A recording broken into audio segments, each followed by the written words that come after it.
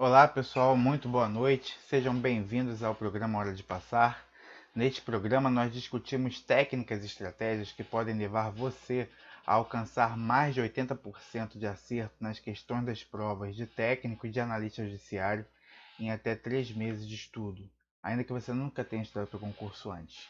Meu nome é Leonardo Carvalho, sou analista judiciário e nessa live de hoje nós vamos discutir a seguinte pergunta: eu devo fazer todas as provas que aparecerem? Por que resolvi fazer essa live sobre esse tema hoje? Esse tema foi objeto de uma pergunta de uma mentorada que participa do nosso programa aí de acompanhamento para concurso público. E essa colega está estudando para o concurso de técnico judiciário, ok? Mas o que acontece? Ela estava na dúvida porque se fazia uma outra prova que surgiu de um concurso para um conselho regional de fiscalização profissional. No caso, era o Conselho Regional de Medicina do Rio de Janeiro, tendo em vista que esse concurso tinha mais a ver com a área de formação dela, ok? E aí o que acontece? Essa é uma dúvida muito recorrente por diversos aspectos, tá? Porque normalmente as pessoas que fazem concursos para tribunais, né, sobretudo concurso de técnico judiciário, muitas vezes não têm formação superior e quando tem formação superior não tem formação em direito. Então aí bate sempre aquela dúvida, né? Se a pessoa tenta insistir mais uma vez em seguir a carreira que escolheu e na qual se formou, tá? Que fez a graduação, ou então muda completamente de carreira. E a gente já falou aqui em outras lives que eu tenho inúmeros colegas que têm formação desde veterinária até astronomia, trabalhando na justiça, ok? Então é um concurso bastante democrático, né? Tem para todos os gostos. E o que acontece? Muitas vezes a pessoa se encontra nesse dilema, beleza? E, na verdade, a questão da formação acadêmica não é o único fator que gera dúvida no candidato, né? Essa dúvida nos candidatos, elas podem decorrer principalmente das seguintes situações, né? São as situações que a gente vê com mais frequência. Uma primeira situação é a inexperiência do candidato iniciante, né? O candidato iniciante está meio perdidão ainda, não sabe para onde vai mirar o seu arco e flecha para tentar acertar um alvo, e aí muitas vezes acaba tentando acertar qualquer alvo que aparece na frente, tá? E obviamente isso é muito contraindicado, haja vista que se a pessoa tenta se preparar para concursos muito distintos, essa pessoa tende a não focar em nenhum, né? E aí quando ela não foca em nenhum concurso, ela está muito propensa a não ter o aproveitamento, né, a performance necessária para ela conseguir então ser aprovada em um desses concursos públicos, ok? Uma outra questão, e essa aí é muito recorrente, eu acho que essa situação é a mais recorrente de todas, é a ansiedade que o candidato tem de fazer logo as provas, sobretudo nas situações em que há uma profusão de concursos públicos semelhantes, cujos editais são publicados de forma muito próxima, né, em períodos muito curtos de tempo. Tá? Como nós já falamos aqui em outra live, isso acontece muito nos concursos para técnico e analista judiciário, porque cada tribunal faz o seu concurso. Tirando recentemente uma resolução do Conselho Superior da Justiça do Trabalho, que provavelmente vai unificar os concursos para técnico e analista judiciário dos tribunais regionais do trabalho, mas todos os demais tribunais fazem concursos individualizados. E aí então o candidato tem praticamente que fazer uma prova por mês, né? Quando começa a vir a safra dos concursos. E aí esse candidato enlouquece, quer fazer todas ao mesmo tempo.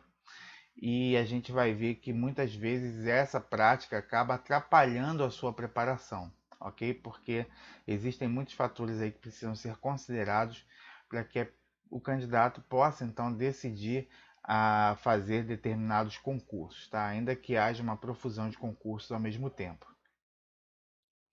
E essa situação ela tende a ser muito comum aí provavelmente no segundo semestre de 2021 e ao longo do ano de 2022, porque como a gente já falou aqui em outra live do canal, existem inúmeros tribunais que estão em diversas fases já de preparação dos seus concursos públicos. A maioria deles se encontra com concursos anteriores já com prazo de validade expirado. E como eu mencionei também, existe uma deficiência muito grande de vagas, tanto de técnico quanto de analista judiciário. Né? Ao todo são 41 mil vagas que estão sendo aí, que estão sem preenchimento, sem provimento, segundo o último relatório do Justiça em Números do CNJ. Ok? E aí então a tendência é que a gente tenha muitos concursos no segundo semestre de 2021 e 2022 também. E a terceira situação que também gera esse tipo de dúvida é a situação da colega que eu referi, a que eu me referi ainda há pouco, tá? A pessoa tem uma formação, né, acadêmica, muitas vezes desalinhada, né, com as matérias que são exigidas no concurso desejado, e aqui eu me refiro mais especificamente aos concursos para as carreiras de analista e técnico judiciário, né, que são basicamente matérias de direito. Né? No caso de técnico judiciário, cai uma outra coisa de informática, eventualmente alguma coisa de outras disciplinas. E no concurso para analista judiciário, a depender da especialidade, vão cair algumas matérias também diferentes do direito, ok? Mas na grande maioria, o grande número de vagas que são oferecidos são para analista judiciário da área judiciária, e aí são cargos privativos de bacharéis em direito.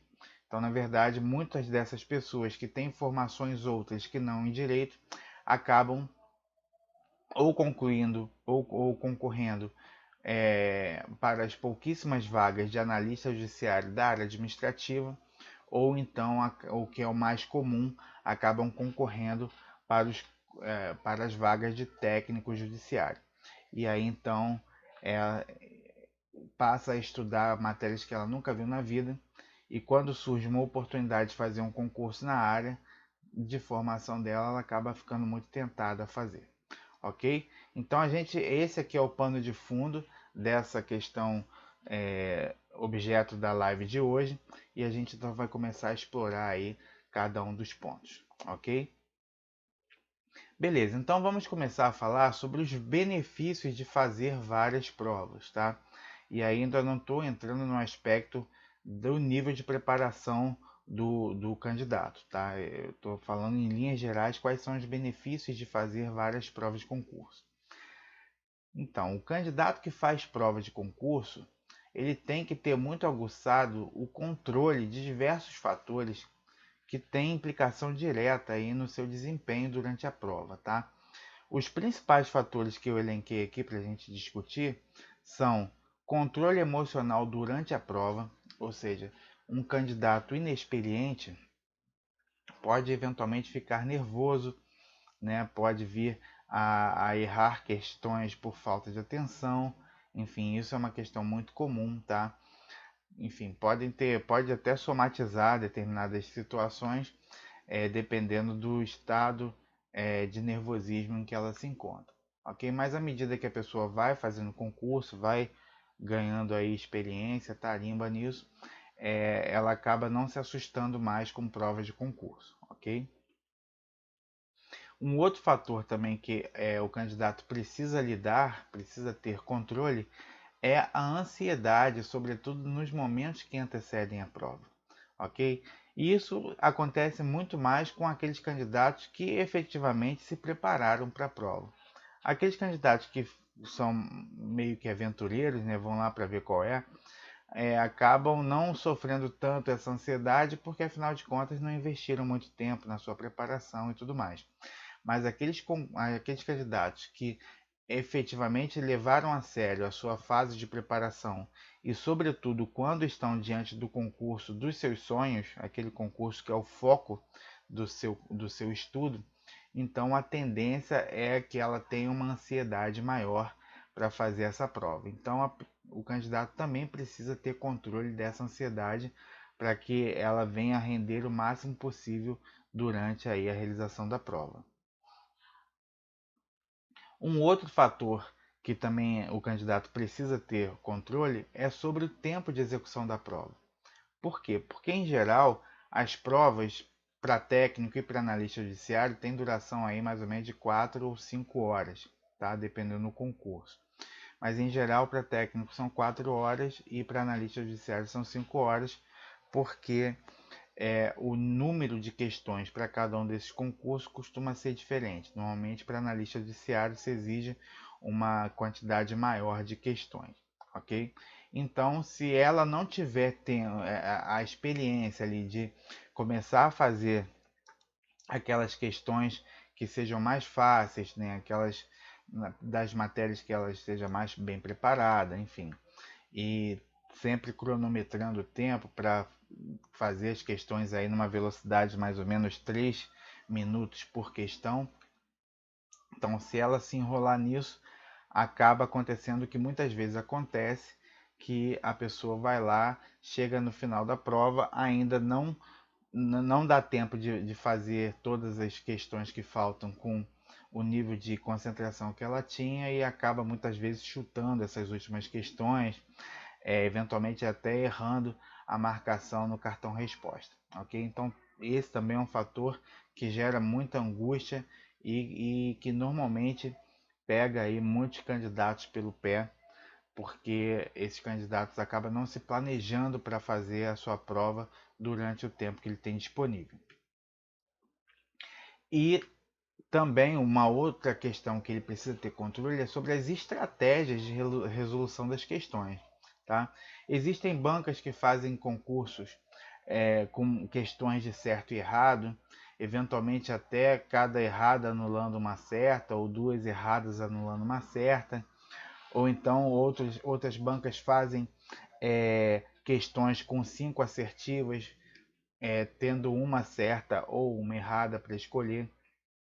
Existem outras bancas ainda que fazem muitas questões do tipo, dentre 5 assertivas, uma, duas ou todas as questões estão certas ou erradas, e aí ela vai ter que marcar lá a opção que corresponda à quantidade de acertos ou de erros que aquela questão tem. Enfim, existe aí uma série de critérios que as bancas normalmente se utilizam para fazer as questões da prova. E o candidato ele precisa estar habituado a fazer as provas de todas essas bancas, porque afinal de contas são vários concursos, cada concurso, cada tribunal faz licitação e contrata uma banca distinta. Então, muitas vezes esse candidato que acaba se preparando para várias provas de tribunais acaba tendo que enfrentar essa situação de ter que fazer provas dos mais variados modelos, vamos dizer assim, ok? E por fim, que é uma questão muito relevante, que talvez seja o ponto X aí da live de hoje, é saber lidar com eventuais frustrações após a prova. Sobretudo aqueles candidatos que, por terem se preparado com seriedade, ainda que de forma ineficiente, e a gente vai ver aí como é que a gente vai, em que momento a gente vai considerar que a preparação já foi eficiente, mas a pessoa pode ter levado a sério aí seu estudo, mas gerou uma expectativa muito grande para sua prova, quando na verdade ele não estava tão preparado assim, ou eventualmente ele até estivesse tão preparado assim, mas no momento da prova o nervosismo, a ansiedade acabaram atrapalhando, e aí muitas vezes o candidato não sabe lidar com as frustrações de um eventual resultado negativo da sua prova. Beleza, pessoal? Então, são esses aí os critérios, né, os fatores que os candidatos precisam ter o controle para fazer a prova, e o ato de realizar várias provas de concurso público acaba dando a esse candidato a experiência necessária para que ele possa então ter esses controles, né? Um candidato mais experiente tende a ir melhor, tende a errar menos questões de bobeira, menos questões por ansiedade, por nervosismo, ok? E também tendem a lidar melhor com as frustrações decorrentes aí de um eventual resultado negativo. Beleza? Então, o que acontece? Em relação aos 4 primeiros fatores sobre os quais o candidato precisa ter aí desenvolvido um controle emocional, controle de ansiedade, tempo de execução de prova e de estratégias, fazer várias provas é interessante sim, tá? Porque o candidato ele pode ser testado em situações reais de prova e aí então ele acaba ganhando expertise em fazer prova, tá? Por outro lado, em relação ao quinto fator, que é o fator da frustração diante de um eventual resultado negativo com a sua prova, fazer várias provas pode ser aí uma faca de dois gumes. Por quê? Porque se por um lado possibilita que o candidato venha aprender aí com os erros, né, tanto de estratégia de execução da prova, quanto do próprio conteúdo estudado, por outro lado, o candidato que se frustra, ou seja, que ele não tiver aí uma maturidade necessária para entender que quais foram os fatores que levaram ele a ter um desempenho abaixo da sua expectativa, seja porque a sua preparação de fato foi ineficiente, ou seja porque ele não teve ali total domínio do controle, da ansiedade, do seu aspecto emocional, ele pode vir a ser impactado de forma muito negativa com esse resultado da sua prova e acabar se desmotivando para continuar a jornada de preparação até a aprovação. Tá? E eu conheço algumas pessoas que tiveram essa experiência. Pessoas que ficaram por um ponto, por 2 pontos aí da linha de corte, tá? da aprovação, de ser chamado, de ser nomeado, e acabaram desistindo, porque fizeram de fato um esforço muito grande, mas não tiveram a maturidade necessária para entender que tudo isso é um processo, ok? Então, se o candidato não tiver essa consciência, né, e essa maturidade para lidar com eventuais frustrações, isso pode acabar colocando por terra aí o sonho de ser concurso, de passar num concurso público, de ser servidor público e, obviamente, de mudar para sempre aí a sua vida. Ok, pessoal? Então, é, o candidato precisa ter cuidado no momento de optar por fazer várias provas, beleza? E quais são os malefícios de fazer várias provas, né? A gente falou aqui dos benefícios, né? Controle emocional, controle da ansiedade, estratégia de prova. Mas quais são os pontos negativos, então, de se fazer várias provas de concurso público, tá? É aquilo que eu falei, os candidatos que ainda estão em fase de construção do conhecimento sobre os assuntos exigidos no edital, se esses candidatos fizerem várias provas, isso pode acarretar a ele os seguintes problemas. Como a gente já mencionou, a frustração e a consequente desmotivação com eventuais resultados negativos da sua prova. Pode também acarretar desvio de foco das matérias do edital do concurso desejado, caso os outros concursos que ele venha a fazer não tenham aí uma afinidade de matérias. Então, por exemplo, se um candidato ele está se preparando já há algum tempo para a carreira de técnico judiciário, eventualmente fazer um concurso totalmente desalinhado dessa proposta, como por exemplo um concurso de professor ou um concurso para um conselho de fiscalização profissional, enfim, outros concursos da área da saúde, por exemplo. Então isso realmente acaba desviando o foco, tá? Porque essas matérias são muito pouco coincidentes, né? Então acaba que ele tem que ampliar demais o leque e muitas vezes ele não tem o tempo disponível para estudar de forma eficiente tantas matérias assim.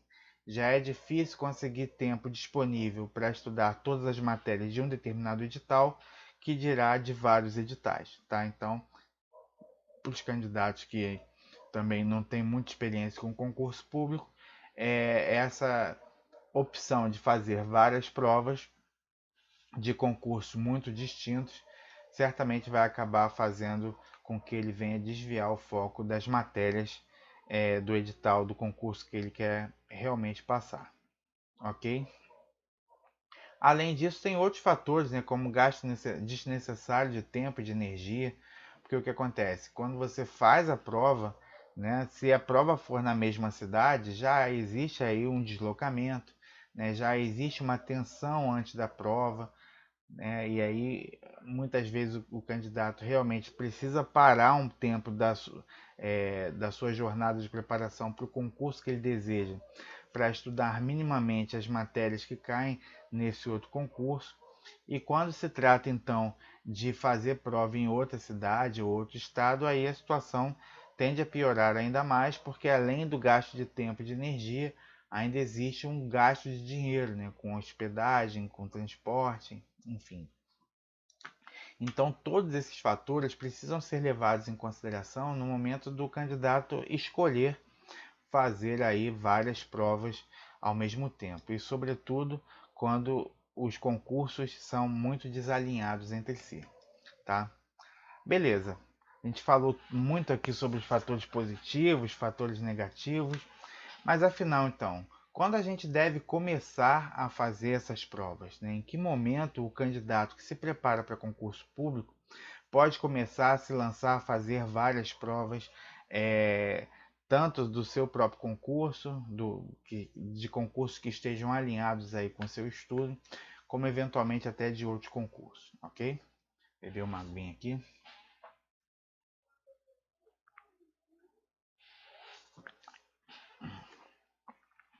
Então, pessoal, para responder essa pergunta, o candidato precisa fazer uma avaliação da situação com base nos seguintes critérios. O primeiro critério é saber se as matérias desses concursos, que a gente chama de concursos alternativos, ou seja, aqueles outros concursos que não sejam aquele concurso que ele realmente quer. Tá? Então, por exemplo, se um candidato ele está estudando para técnico judiciário do Tribunal de Justiça de um determinado estado, se ele eventualmente viaja para outro estado para fazer, ainda que seja uma prova também de técnico judiciário, esse outro concurso a gente chama aí de um concurso alternativo porque não é aquele que ele efetivamente deseja, ok? Mas o primeiro critério, então, é saber se os concursos outros que ele vier a fazer estão alinhados com as matérias do concurso principal. Então, por exemplo, se ele está estudando para técnico judiciário de um estado, fazer outras provas de técnico judiciário em outros estados, certamente esses concursos estarão alinhados, porque vai mudar eventualmente uma ou outra legislação local é, em relação a servidores públicos, organização judiciária, enfim. Mas o grosso da matéria tende a ser o mesmo, ok? Então, se ele tiver diante dessa situação de concursos que estejam alinhados, então ele vai decidir com base no segundo critério que a gente vai mencionar daqui a pouco, tá? Agora, se os concursos forem muito desalinhados entre si, aí a gente sugere que ele decida fazer ou não o concurso de acordo com a sua área de formação. Ou seja, digamos que ele esteja estudando para técnico judiciário, ok? E essa pessoa aí é formada em administração, economia, vamos dar aqui esse exemplo. E aí digamos então que surge um outro concurso, né, um concurso de banco, por exemplo, que seja para o cargo de economista. E aí o candidato que é economista vai ficar muito tentado a fazer esse concurso, porque afinal de contas é um concurso para a sua área de formação. Então, nesse caso, vale a pena. Por quê? Porque aí esse concurso alternativo vai estar alinhado com a sua área de formação. E o que isso significa? Significa que grande parte das matérias que serão exigidas no edital já são do seu domínio. Ou ainda que ele não domine todas as matérias, ele não vai precisar estudar do zero, porque ele já tem uma formação acadêmica naquela área. Então ele vai precisar estudar ali, revisar a matéria, relembrar algumas coisas, mas certamente ele não vai sair do zero, ok? Então, nesse caso, vale a pena fazer essa prova de um outro concurso que não seja aquele que é o seu foco principal. Agora, se o concurso estiver totalmente desalinhado, digamos o seguinte, digamos que ele está querendo atirar para todos os lados. Então, o candidato é formado, por exemplo, em enfermagem, está estudando para técnico judiciário e aí quer fazer um concurso, por exemplo, para administrador de uma empresa pública ou de uma sociedade de economia mista. E aí realmente vai misturar alhos com bugalhos, né? Ele está estudando uma coisa, sua formação é outra, e se ele vier estudar para um terceiro concurso que é desalinhado tanto do concurso principal quanto da sua área de formação, aí realmente ele vai tender a desviar geral o foco do seu concurso principal, ok? Então, nesse caso, a gente não recomenda fazer esses outros concursos, porque vai exigir dele um esforço muito maior e com grande chance de dar errado, porque afinal de contas ele não vai conseguir conciliar tantas matérias para conseguir fazer um estudo efetivo que leve, que torne esse candidato um candidato competitivo à vaga que ele está pretendendo, ok? Então esse é o primeiro critério, saber se os concursos alternativos que ele pretende fazer estão ou não alinhados com o seu concurso principal. O segundo critério que a gente selecionou aqui é o candidato fazer uma autoavaliação no tocante ao seu nível de preparação em relação às matérias cobradas no concurso principal. Por quê? Porque, como a gente viu anteriormente, se os concursos alternativos estiverem alinhados com as matérias do seu concurso principal, aí a gente vai avaliar se vale a pena fazer esses outros concursos com base nesse critério 2. E aí esse critério 2 passa a ter em mente o nível de preparação do candidato. Tá? Então, digamos o seguinte, digamos que o candidato esteja estudando para técnico judiciário, mas ele ainda está começando a estudar. Tá? Ele ainda está fazendo aí em torno de 50%, 60% das provas dos simulados do seu concurso. Tá? Vale a pena, nesses casos, então, estudar, fazer as provas de outros concursos? Aí a gente estabelece aqui o seguinte critério. Se esse candidato estiver acertando abaixo de 80% dos simulados da prova do seu concurso principal, não vale a pena fazer a prova de outros concursos, por exemplo, de técnico judiciário, de analista judiciário em outros estados, porque aí o candidato, nesse caso, vai enfrentar todos aqueles pontos desfavoráveis, tá? Ou seja, ele vai ter um gasto excessivo de energia, de tempo, um gasto financeiro, tá? E ainda a possibilidade de vir a frustrar as suas expectativas, tá? Porque, volto a dizer, e a gente reforça isso em todo o vídeo, o candidato, sobretudo para as provas de técnico e de analista judiciário, só se tornam competitivos quando eles começam a acertar mais de 80% dos simulados desses concursos, tá?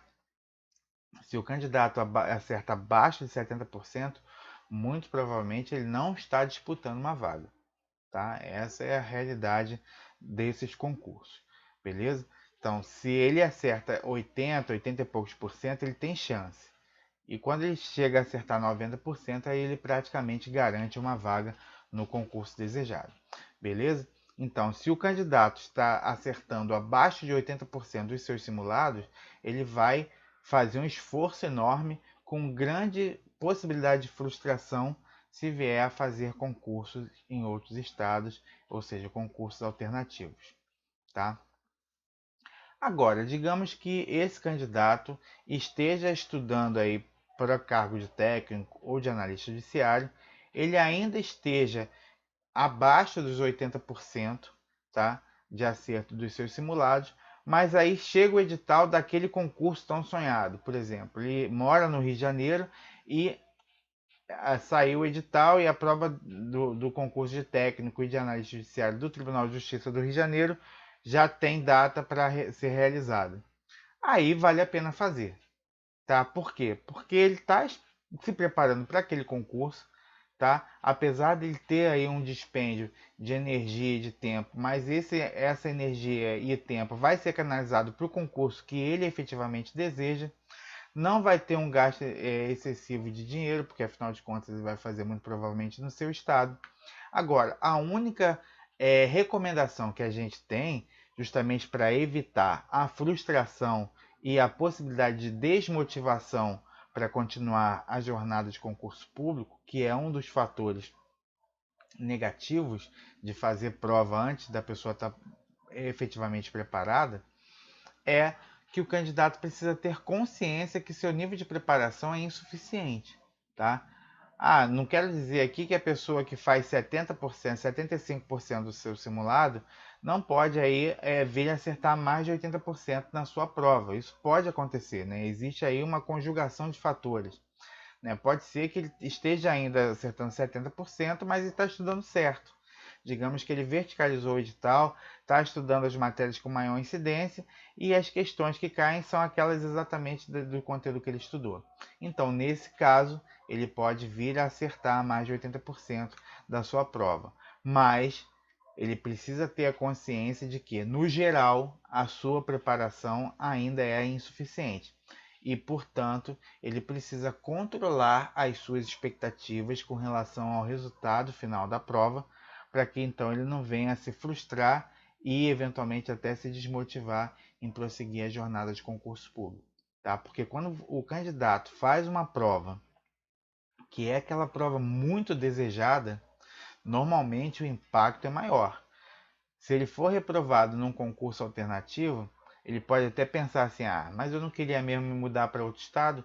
Agora, se ele fizer a prova do seu concurso, do concurso que ele deseja, do tribunal do seu estado, e ele vem a ser reprovado, ainda que ele tenha a consciência de que ele não está suficientemente preparado para aquela prova, a tendência é que ele tenha uma frustração mais impactante. Tá? Então, esse candidato ele precisa ter consciência dessa sua condição para que ele possa, então, controlar as suas expectativas em relação ao resultado da sua prova. Beleza? E saber que essa prova é uma etapa da sua preparação, não é o ponto final da sua preparação. Beleza? Agora, se o candidato estiver já acertando 80% dos simulados, então esse candidato já está maduro. Tá? Então é começar a fazer as provas e não parar de revisar, obviamente, porque aí em algum momento ele vai ser aprovado. Tá? Então, o candidato ele tem que fazer a prova do concurso principal. Aí você vai falar, pô, mas isso é óbvio, né? É óbvio, mas acontece algumas situações que a gente não acredita.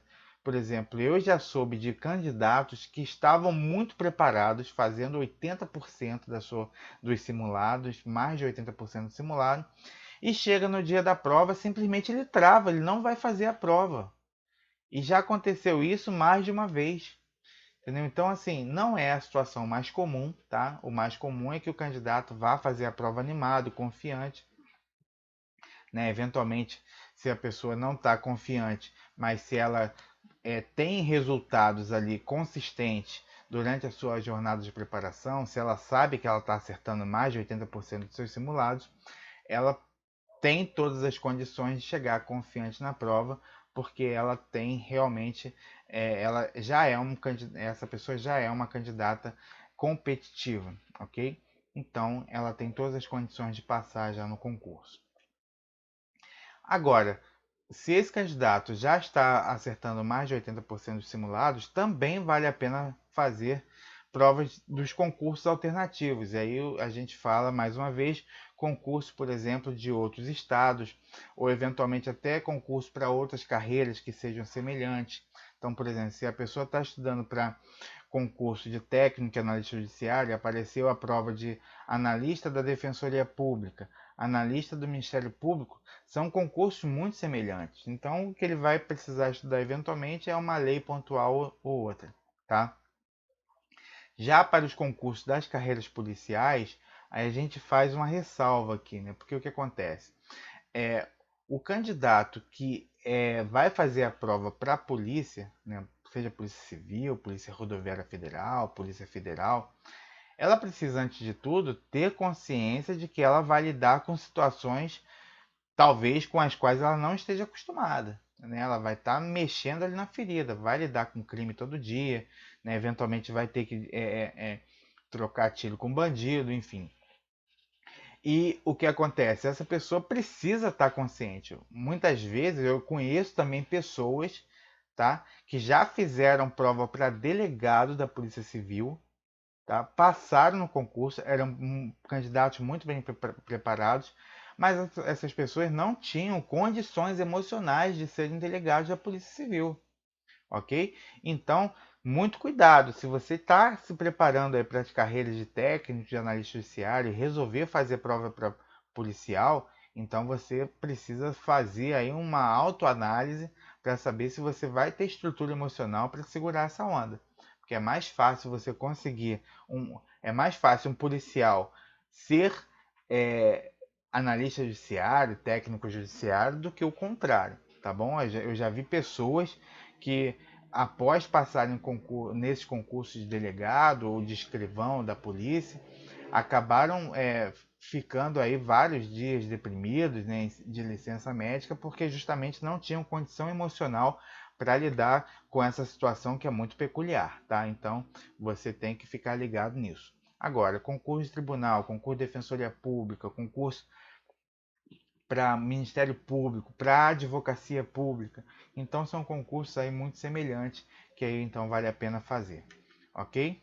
Agora, vale a pena fazer, obviamente, desde que você tenha disponibilidade de recurso financeiro para custear hospedagem, passagem, enfim, se você tem como arrumar esse valor, vale a pena você ir fazer. E também vale a pena fazer, mesmo que você não tenha a intenção de mudar de estado, por exemplo, caso você venha fazer a prova de um concurso para técnico e analista judiciário de um tribunal de outro estado, ok? Por quê? Porque aí nesse caso, se você tem, se o dinheiro que você vai investir nisso não vai te fazer falta, ou não vai ser algo insuportável para você, então vale a pena você ir lá fazer a prova, porque aí você vai colher todos os benefícios de fazer a prova, ou seja, você vai testar a sua estratégia, você vai testar o seu controle emocional, vai testar a sua ansiedade, o controle da sua ansiedade, tá? E com 80% de acertos de simulados, você já não corre tanto o risco de se frustrar com a prova, porque você já está preparado para aquele concurso, entendeu? Então, eu conheço vários candidatos. Normalmente, hoje em dia, né, antigamente era mais difícil a pessoa viajar de avião, enfim, mas hoje em dia, com parcelas de passagem aérea e com barateamento da passagem aérea, a gente vê praticamente pessoas do Brasil todo fazendo concurso no Brasil todo. Tá? Então, por isso que a relação candidato-vaga para os concursos de tribunais aumentou significativamente, porque a gente tem gente de todos os estados aí fazendo provas em todos os cantos do país. Ok? Então, nesses casos, vale a pena porque a pessoa pode até não querer fincar raízes num determinado estado. Por exemplo, a pessoa sai do Rio de Janeiro, faz uma prova no Pará, passa na prova do Pará, e a pessoa muitas vezes não quer, enfim, fixar a sua vida no Pará porque tem vínculos familiares, enfim, no Rio de Janeiro. E aí o que ela pode fazer? Ela faz essa prova. Se ela for aprovada, ela pode ter até tomar posse nesse concurso, mas se ela não parar de estudar, daqui a pouquinho ela vai tomar posse em outro concurso, eventualmente até num concurso do seu estado. E isso é muito comum, tá bom? Por quê? Porque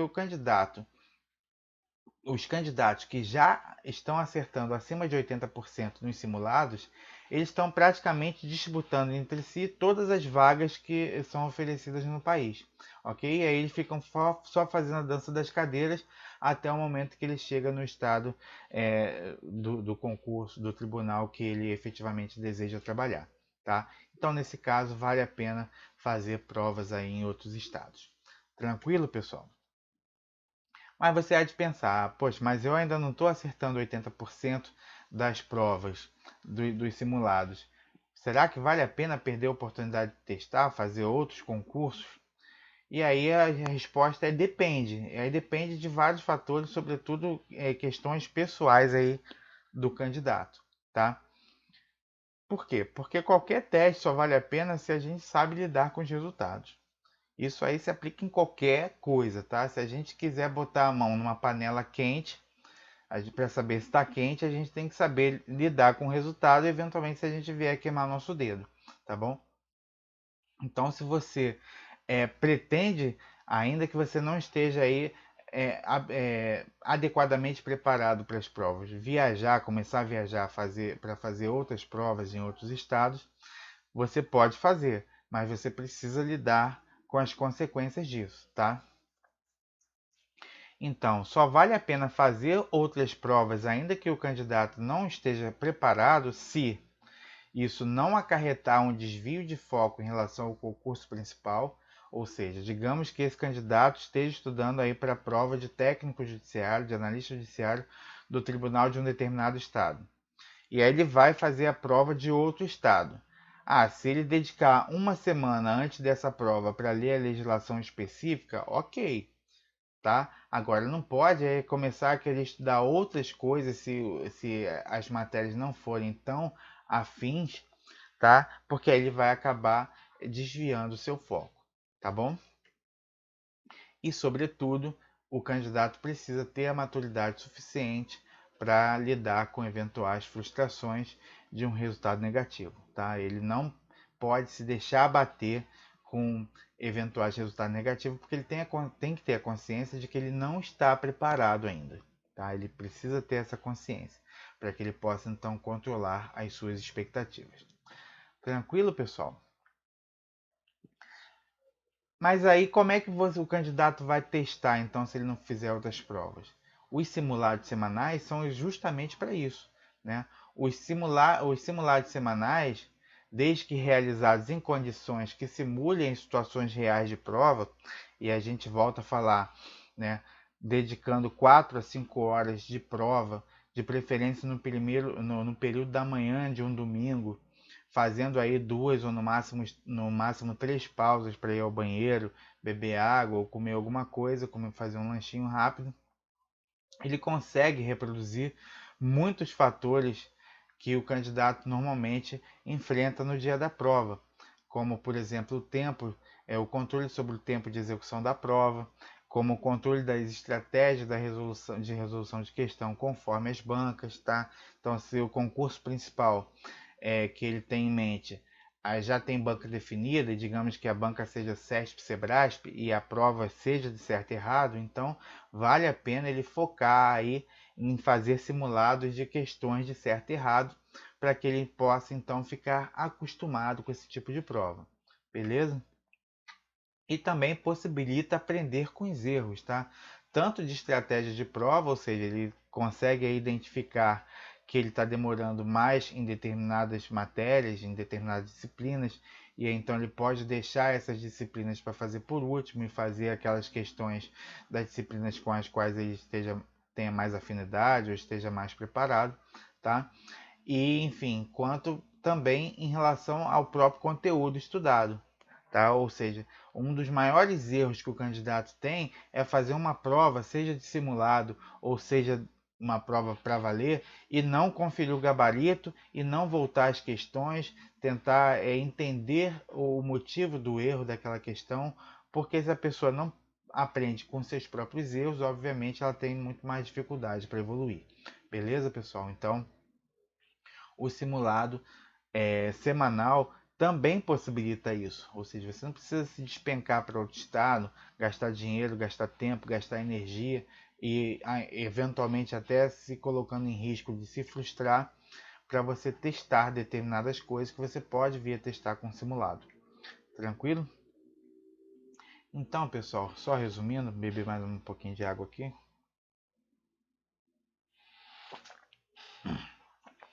Para a gente então resumir o conteúdo dessa live, em linhas gerais, o candidato somente deve fazer, a gente fala deve fazer no sentido afirmativo, mas isso tudo aqui é uma recomendação, tá, pessoal? Então a gente recomenda que os candidatos façam as provas quando já se tornarem competitivos, ou seja, acertar mais de 80% dos simulados do concurso principal, beleza? Os simulados semanais são excelentes testes, não apenas sobre o aprendizado do conteúdo das matérias, como também dos demais fatores com os quais ele terá que lidar durante a prova: nervosismo, ansiedade, tempo de execução da prova, enfim, todos esses fatores que podem ter aí um impacto direto na sua performance lá no resultado final da prova, tá? Outro aspecto, também para a gente finalizar essa live de hoje, é que muitas vezes, né, o principal fator que leva o candidato a querer fazer várias provas é por ansiedade, tá? Ela quer fazer várias provas, né? Ela eventualmente nem sabe que ela não está tão preparada assim, mas ela quer fazer a prova naquela intenção de que essa agora vai dar, aquela hora vai dar. Não, o candidato ele precisa ter paz, precisa ter tranquilidade, precisa ter autoconhecimento, olhar para dentro de si e pensar e identificar com honestidade se ele está ou não preparado para aquele concurso. Ele está fazendo mais de 80% dos simulados, então ele está preparado. Ele ainda está fazendo 60%, ele está no meio da jornada. Ok? Ele precisa ter essa consciência para ele não se frustrar, para que ele possa fazer uma jornada consistente de estudo rumo aí à aprovação. Ok, pessoal? Então, por fim, para controlar essa ansiedade, o candidato precisa, sobretudo, confiar no processo. Tá? Ele precisa seguir o seu cronograma, aquilo que ele planejou lá no início, planejou com cuidado, né?